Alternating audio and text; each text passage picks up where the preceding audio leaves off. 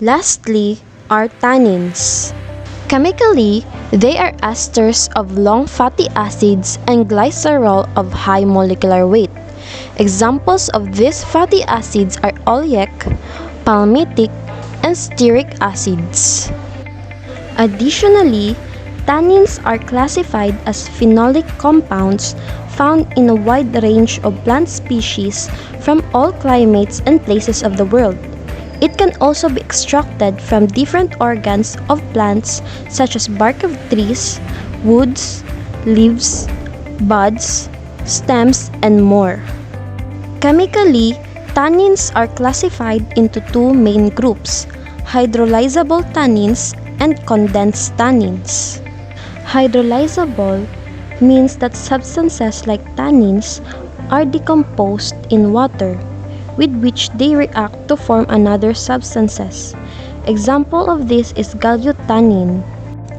While condensed tannins are the larger group that form insoluble precipitates called tanner's red or flobapines. Example of this are extracts from the wood or bark of quebracho, mangrove, and wattle. Sources of tannins. Many plants have them naturally in their roots, wood, bark, leaves, and fruit, especially the bark of oak species and sumac, and myrobalan species. They can also be found in galls, which are pathological growth caused by insect attacks. Next, the pharmacological action of tannins. First, witch hazel. Witch hazels are known to treat bee stings, skin abrasions, and poison oak or ivy. Tannins extracted from witch hazel are also utilized in mouthwashes, eye washes, and various gastrointestinal problems.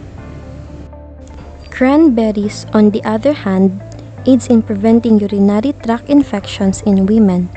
It also possesses an anti-adhesive property that may reduce the ability of H. pylori to cause stomach ulcers. These berries are also great in reducing low-density lipoprotein cholesterol as well as improving cardiac health. Furthermore, tannins are used to treat various diseases such as tonsillitis, hemorrhoids, and skin eruptions since they possess astringent and styptic properties. They are also used as an antidote for metallic, alkaloidal, and glycosidic poisons as well as treating diarrhea and intestinal bleeding.